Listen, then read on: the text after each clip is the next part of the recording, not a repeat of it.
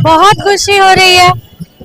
हमेशा आरा और आरा के आसपास के क्षेत्रों में हमको प्रेम ही मिला है, आज भी बहुत प्रेम मिल रहा है। मैं ऋणी हूँ यहाँ के लोगों की। मैं बस क्या